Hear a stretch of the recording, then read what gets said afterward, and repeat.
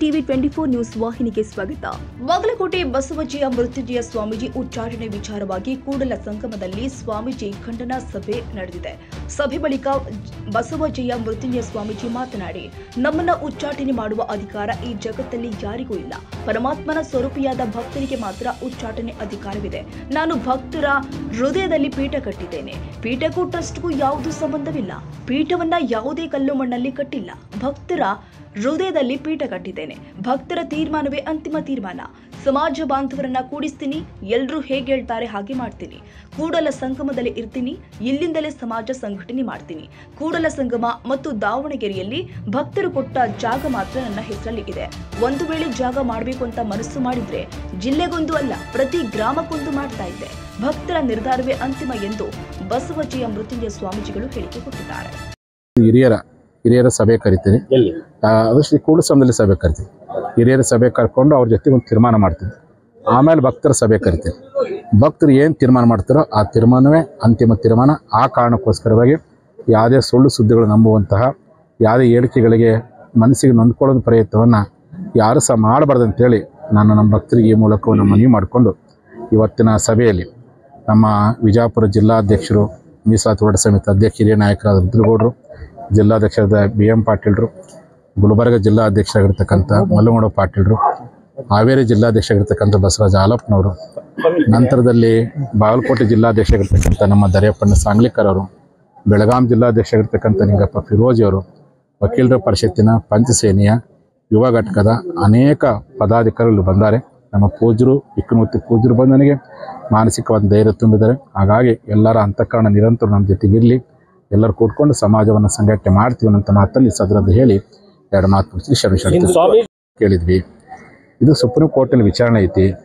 ಈ ಕಾರಣಕ್ಕೋಸ್ಕರ ನಾನೇನಾದರೂ ಅಪ್ಪಿತಪ್ಪಿ ಆ ಹಿಂದೂ ಎನ್ನುವಂಥ ಶಬ್ದ ಅಡಿಯಲ್ಲಿ ನಮ್ಮ ಜಾತಿಯ ನಮೂದಿಸಿ ಬೇರೆ ಕಾಲದಲ್ಲಿ ಏನಾದರೂ ಲಿಂಗಾಯತ ಶಬ್ದವನ್ನು ಬಳಸೋ ಪ್ರಯತ್ನ ಮಾಡಿದರೆ ನಾಳೆ ಇಷ್ಟು ವರ್ಷ ಹೋರಾಟ ಮಾಡಿರ್ತಕ್ಕಂಥ ಆ ಗೆಜೆಟ್ಗೆ ಹಿನ್ನಡೆ ಆಗಬಾರ್ದು, ಆ ಸಂವಿಧಾನಿಕವಾದ ಅಡೆತಡೆಗೆ ಹಿನ್ನಡೆ ಆಗಬಾರ್ದು ಕಾರಣಕ್ಕೋಸ್ಕರವಾಗಿ ವಕೀಲರ ಪರಿಷತ್ತಿನ ನಿರ್ಣಯದ ಮೇಲೆ ಹುಬ್ಬಳ್ಳಿ ನಡೆತಕ್ಕಂಥ ಪಂಚಮಸಾಲಿ ಸಮಾಜ ಬಹುಮತ ಆಧಾರದ ಮೇಲೆ ಒಂದು ನಿರ್ಧಾರವನ್ನು ಮಾಡಿದ್ವಿ. ನೋಡಪ್ಪ, ಈ ಕೋಡ್ ಲಿಂಗಾಯತ ಧರ್ಮಕ್ಕೆ ಇದುವರೆಗೆ ಕೋಡ್ ಸಿಕ್ಕಿಲ್ಲ. ಆ ಕೋಡ್ ಸಿಗೋವರೆಗೂ ನಾವೆಲ್ಲರೂ ನಾವು ಹಿಂದೂ ಲಿಂಗಾಯತ ಇದ್ವಿ. ಈಗ ಹಿಂದೂ ಲಿಂಗಾಯತ ಪಂಚಮಸಾಲಿ ಧರ್ಮದ ಕಾಲದಲ್ಲಿ ಹಿಂದೂ ಲಿಂಗಾಯತ ಪಂಚಮಸಾಲಿ. ಕೆಲವು ಭಕ್ತರು ಇಲ್ಲ ನಾವು ಬೇರೆ ಬೇರೆ ತಲಾಪ ನಾವು ಹಿಂಗೆ ಬರೆಸ್ತೇವೆ, ಬರೆಸ್ಕೊಳ್ರಿ, ಅದು ಅವರ ವಿವೇಚನೆ ಬಿಟ್ಟಿದ್ದು. ನಾನು ನನ್ನ ಹೋರಾಟಕ್ಕೆ ಮುಂದೆ ಅಡೆತಡೆ ಆಗಬಾರ್ದು, ಮೀಸಲಾತಿ ತೊಂದರೆ ಆಗಬಾರ್ದು, ತಾಂತ್ರಿಕ ತೊಂದರೆ ಆಗಬಾರ್ದು ಕಾರಣಕ್ಕೋಸ್ಕರವಾಗಿಯೇ ದೆಹಲಿಯ ಅನೇಕ ವಕೀಲರ ಸಂಪರ್ಕ ಮಾಡಿಕೊಂಡು ಆ ತೀರ್ಮಾನವನ್ನು ಕೈಗೊಂಡಿದ್ದಕ್ಕೆ ನಾನು ಒಬ್ಬನೇ ಅಲ್ಲ, ಕರ್ನಾಟಕ ಎಲ್ಲ ಮಟ್ಟದಷ್ಟು ತಮ್ಮ ಸಮುದಾಯಗಳಿಗೆ ಅದೇ ಸಂದೇಶನ ಕೊಟ್ಟಿದ್ದಾರೆ.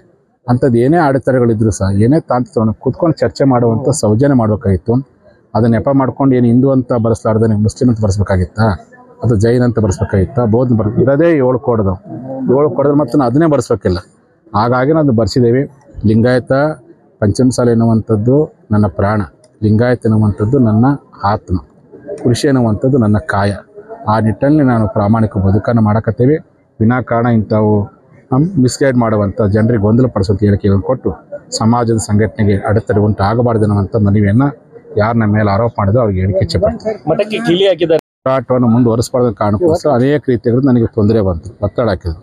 ನಾನು ಕೂಡಲ ಸಂಬಂಧ ಪಾದಯಾತ್ರೆ ಶುರು ಮಾಡಬೇಕಾದ್ರೆ ಒಂದು ಪ್ರತಿಜ್ಞೆ ಮಾಡಿದೆ, ಮೀಸಲಾತಿ ಆದೇಶ ಪತ್ರ ಸಿಗೋವರೆಗೂ ಪೀಠಕ್ಕೆ ಹೋಗಬಾರ್ದು ಅಂತೇಳಿ. ಅದರಂತೆ ನಿರಂತರವಾಗಿರುತ್ತೆ ಹೋರಾಟ ಮಾಡಕತ್ತೀನಿ. ಅದನ್ನು ಮುಂದುವರಿಸಿದಾಗ ಕೆಲವರಿಗೆ ಸಹಿಸೋಕ್ಕಾಗಲಿಲ್ಲ. ಸಹಿಸೋಕ್ಕಾಗ ಕಾರಣಕ್ಕೋಸ್ಕರ ವಿನಾಕಾರಣ ಈ ರೀತಿಯಾಗಿರ್ತಕ್ಕಂಥ ಟ್ರಸ್ಟ್ ಅನ್ನೋದನ್ನು ನೇಮಕ ಮಾಡಿಕೊಂಡು ಅದು ರಚನೆ ಮಾಡಿಕೊಂಡು ಅದನ್ನು ನನ್ನ ನಿಯಂತ್ರಣ ಇಟ್ಕೊಂಡು ಪ್ರಯತ್ನ ಮಾಡಿದರು. ಹಾಗೆ ಇವತ್ತೊಂದೇ ದಿನ ಸ್ವತಂತ್ರ ಆಗಿದ್ದೀನಿ, ಆರಾಮದೀನಿ.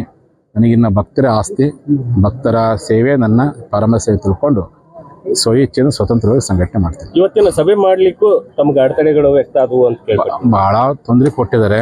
ವಿನಾಕಾರಣ ಪಾಪ ಪೊಲೀಸರಿಗೆ ಹೇಳಿ ಅಲ್ಲಿ ಬರುವಂಥ ಜನರಿಗೆ ಬ್ಯಾರಿಕೇಡ್ ಹಾಕೋದು ಏನೇನೋ ಮಾಡಿದ್ರು. ನಾವು ಭಕ್ತರು ಯಾವ ರೀತಿ ಅಂತ ನಾವು ಸ್ವಾಭಿಮಾನಿಗಳದೇವೆ, ಯಾವುದೇ ರೀತಿ ಇರ್ತಕ್ಕಂಥ ಅಶಾಂತಿಯನ್ನು ಮಾಡುವಂಥ ನಮ್ಮವ್ರು ಅಲ್ಲೇ ಇಲ್ಲ. ವಿನಾಕಾರಣ ಪೊಲೀಸ್ ಮುಖಾಂತರ ತಿಕ್ಕುವಂಥದ್ದು ಏನೇನೋ ಮಾಡಿದ್ರು. ಅದೆಲ್ಲವನ್ನು ಸಂಗಮ ನೋಡ್ಕೊಳ್ತೇನೆ. ಅವ್ರಿಗೆಲ್ಲದಕ್ಕೂ ಒಳ್ಳೇದಾಗಲಿ ಅಂತ ಮಾತು ಹೇಳಿಕ್ಕೆ ಇಚ್ಛೆ ಪಡ್ತೀನಿ. ಸಭೆ ಮಾಡ್ಲಿಕ್ಕೆ ಪ್ರಸಾದ ನಿಲಯ ಕೊಡಲಿಲ್ಲ, ಪ್ರಸಾದ ನಿಲಯನೂ ಕೊಡಲಿಲ್ಲ, ಎಲ್ಲಿಯೂ ಕೊಡಲಿಲ್ಲ. ಅದಕ್ಕೆ ದೇವರೇ ನಮ್ಮಲ್ಲಿ ಕರ್ಕೊಂಬಂದನ ಸಂಗಮನಾಥರ ಸನ್ನಿಧಿಯಲ್ಲೇ ಇವತ್ತು ಸಭೆ ಆಯಿತು. ನಾಳೆ ಸಂಘಟನೆ ಮಾಡಿದ್ದೀನಿ. ಒಟ್ಟಾರೆ ನಿಮ್ಮೆಲ್ಲ ಮಾಧ್ಯಮದವರ ಸಹಕಾರ ಇರಲಿ, ಸಮಾಜಕ್ಕೆ ಸತ್ಯ ಏನಂತ ಗೊತ್ತಾಗತ್ತೆ. ಆ ಪ್ರಕಾರವಾಗಿ ನಾನು ಮುಂದುವರ್ಕೊಂಡು ಹೋಗ್ತೀನಿ.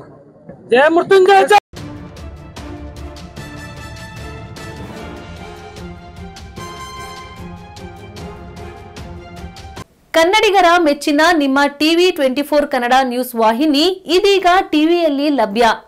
ಕರ್ನಾಟಕ ಮತ್ತು ದೇಶ ವಿದೇಶದ 360 ಡಿಗ್ರಿ ಸುದ್ದಿ ಹಾಗೂ ಉತ್ತರ ಕರ್ನಾಟಕ, ಬೆಳಗಾವಿ, ಬಾಗಲಕೋಟೆ, ಧಾರವಾಡ, ಹಾವೇರಿ, ಗದಗ, ಬಿಜಾಪುರ ಜಿಲ್ಲೆಯ ಕ್ಷಣ ಕ್ಷಣದ ವಿವರವನ್ನ ಪಡೆಯುವುದಕ್ಕೆ ಟಿವಿ 24 ಕನ್ನಡ ನ್ಯೂಸ್ ವಾಹಿನಿಯನ್ನ ಲೈಕ್ ಮಾಡಿ, ವಿಡಿಯೋಗಳನ್ನ ಶೇರ್ ಮಾಡಿ, ಕಮೆಂಟ್ ಮಾಡುವ ಮೂಲಕ ನಮ್ಮ ವಾಹಿನಿಗೆ ಸಹಕಾರ ನೀಡಿ ಮತ್ತು ಚಾನೆಲ್ ಅನ್ನ ಸಬ್ಸ್ಕ್ರೈಬ್ ಮಾಡಿ. Thank you.